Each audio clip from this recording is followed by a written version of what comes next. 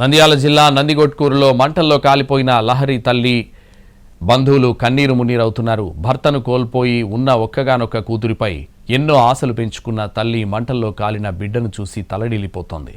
తన కూతురును చంపిన వాణ్ణి చంపేయాలంటున్న లహరి తల్లితో మా ప్రతినిధి చంద్రశేఖర్ ఫేస్ టు ఫేస్. నందికొట్కూరులో మంటల్లో విలవిల్లాడి ప్రాణాలు లహరి తల్లి కన్నీరు మున్నీరవుతోంది. వారి బంధువులు కూడా విలపిస్తున్నారు. లహరి తండ్రి 3 నెలల వయసు ఉన్నప్పుడే తండ్రి చనిపోయాడు.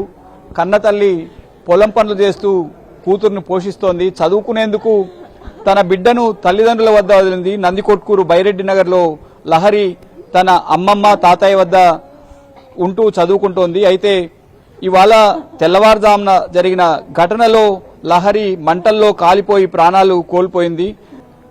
హత్య చేసి కాల్చేశారా లేకపోతే ఏ విధంగా జరిగిందనేది పోలీసుల దర్యాప్తులో తేలాల్సి ఉంది.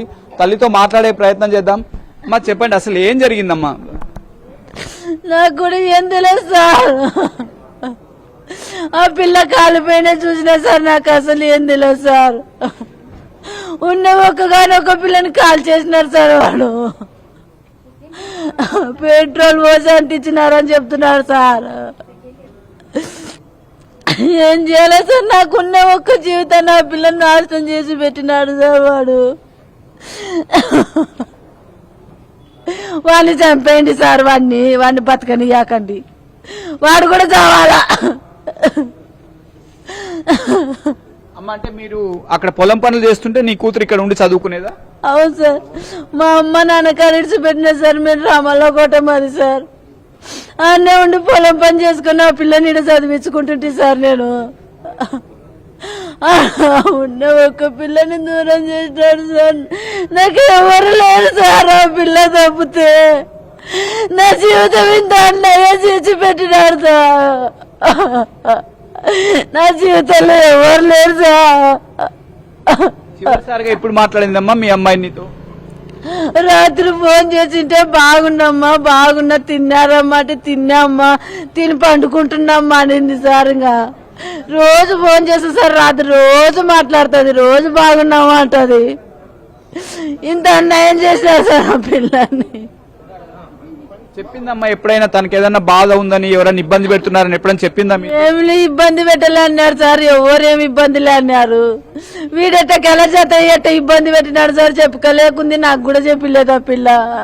చెప్తే భయపడతారు అనుకుందే ఏమో సార్. తల్లికి చెప్తే బాధపడుతుంది అనుకుందేమో. నాకు ఒక్క మాట కూడా చెప్పలే సార్ ఆ పిల్ల.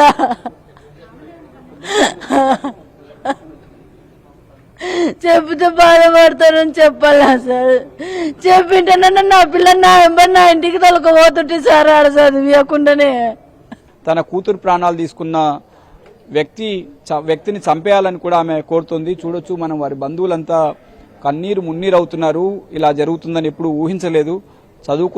చదువుకొని ఎంతో బంగారు భవిష్యత్తు ఉంటుందని భావిస్తే ఇప్పుడు శవాన్ని తీసుకెళ్లాల్సి వస్తుందని బంధువులు ఆవేదన వ్యక్తం చేస్తున్నారు. మొత్తం మీద ఏం సంఘటన జరిగింది, లహరి ఏ విధంగా మంటల్లో కాలిపోయిందన్నది పోస్ట్ మార్టంలో పోలీసు దర్యాప్తులో తేలాల్సి ఉంది. కెమెరామెన్ మధుతో చంద్రశేఖర్, ఎన్టీవీ, కర్నూలు నుంచి.